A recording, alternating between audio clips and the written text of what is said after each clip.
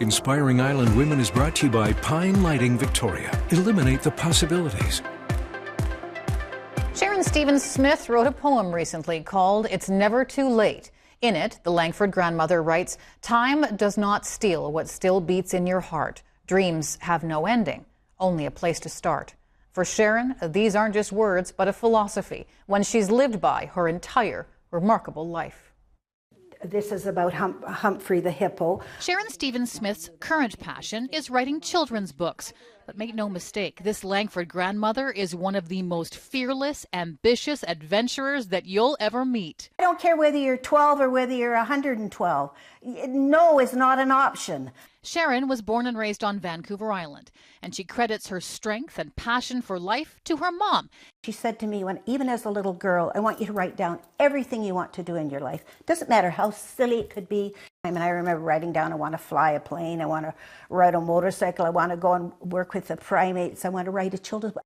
Believe it or not, each one of those items has been checked off that list, and more. That's the picture of the boat. It was so rough, it was like in a washing machine. Her adventures came right alongside successful careers as a nurse and realtor. But it was 50 years ago at the New Dawn modeling agency where she first met her lifelong friend, Susan. Sharon was just really special. I remember one in particular, one instance we were told to come up with something that's provocative. Sharon came out with a toilet plunger commercial. It cracked everyone up.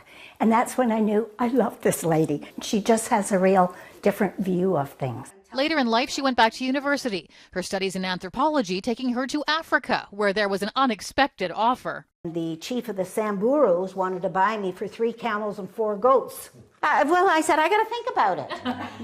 Really. Then there was Borneo. All I felt was this hand on my thigh and this wonderful, wonderful ape called Herbie swung up on my hip. Susan has documented her incredible exploits in these books. I've got one called Humphrey the hippo because I came face to face with a hippo in the northern part of Kenya. So what does her family think? Well, I think they're used to crazy Nana.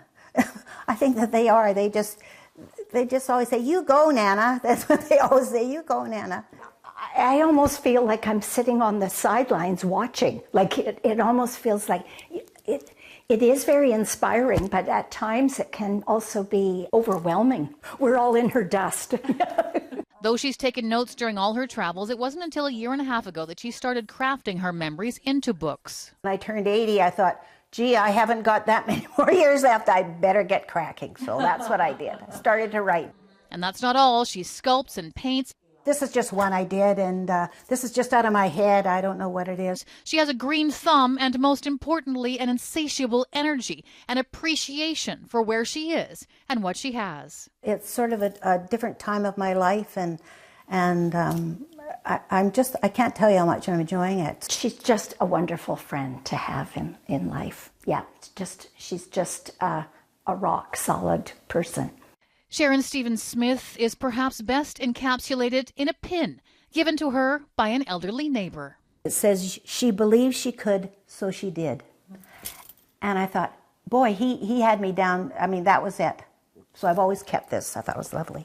Sharon is lovely, and she doesn't sit still for long. Her next adventure, a river cruise with her grandson. I dare him to try and keep up.